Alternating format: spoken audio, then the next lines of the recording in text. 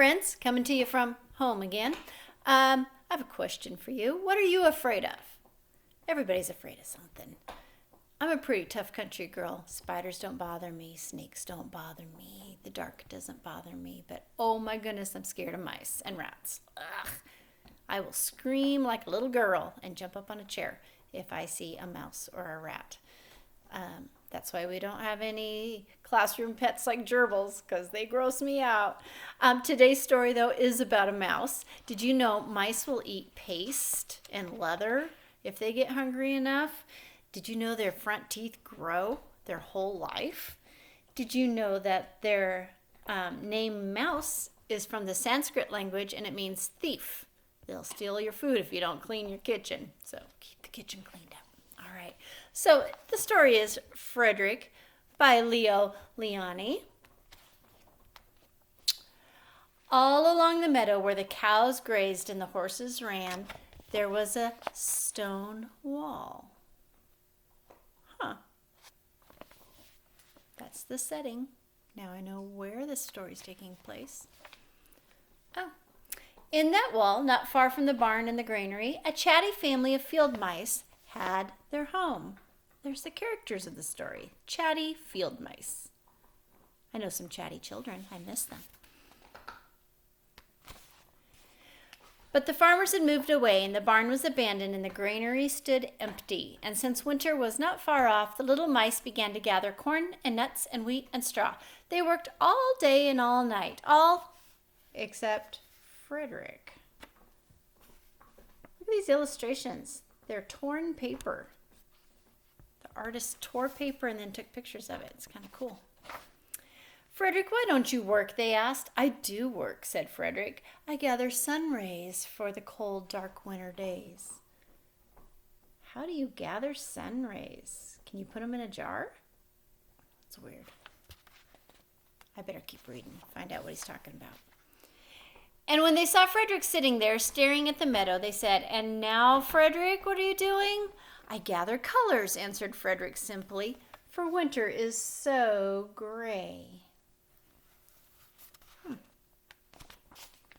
And once Frederick seemed half asleep. Are you dreaming, Frederick? They asked reproachfully. That means they're kind of scolding him.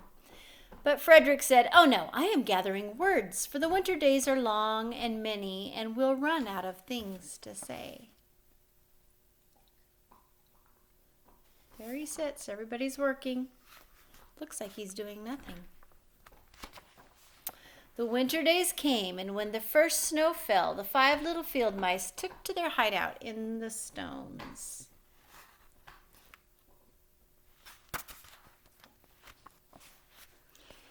In the beginning, there was lots to eat, and the mice told stories of foolish foxes and silly cats, and they were a happy family.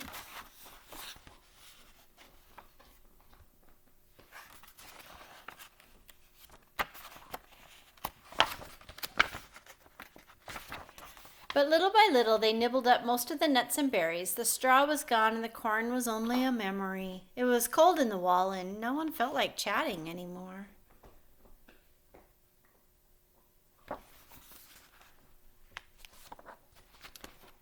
Then they remembered what Frederick had said about the sun's rays, and the colors, and the words.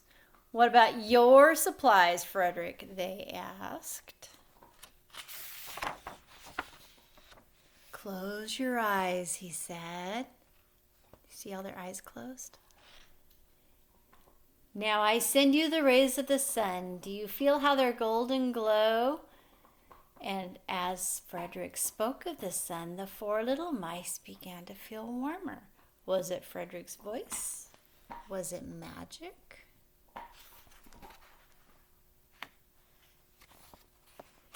And how about the colors, Frederick? They asked anxiously. Close your eyes again, he said. And when he told them of the blue periwinkles, the red poppies, the yellow wheat, and the green leaves of the berry bush, they began to see the colors as clearly as if they'd been painted on their minds. And the words, Frederick. Frederick cleared his throat. And then, as if he were standing on a stage, he began to recite a poem. Poems sometimes have rhyming words. Listen to this and see if you hear any rhyming words. Who scatters snowflakes? Who melts the ice? Who spoils the weather? Who makes it nice? Who grows the four-leaf clovers in June? Who dims the daylight? Who lights the moon? 4 little field mice who live in the sky. 4 little field mice like you and I. One is the spring mouse who turns on the showers. Then comes the summer who paints the flowers. The fall mouse is next with walnuts and wheat. And winter is last with little cold feet. Aren't we lucky the seasons are 4? Think of a year with 1 less or 1 more. When Frederick had finished, they all applauded. But Frederick, they said, you are a poet. And Frederick said, I know it, as he blushed and took a shy little bow. So did you notice the illustrations are cut out paper? We see that too in books like The Hungry Caterpillar by Eric Carle. So when I finished reading this, I was bored. And so I got out a paper grocery sack from Winco, and I made my own little mouse by just tearing. So I tore like a oval shape, and then I got out my marker, and I put a little mouse face on it, and I got a piece of string. I could only find red string, so I tied a little red tail on it, and I wrote my own poem on the back. I'm going to read it to you. I miss the kids in our cool classroom. It's weird to have meetings on the computer with Zoom.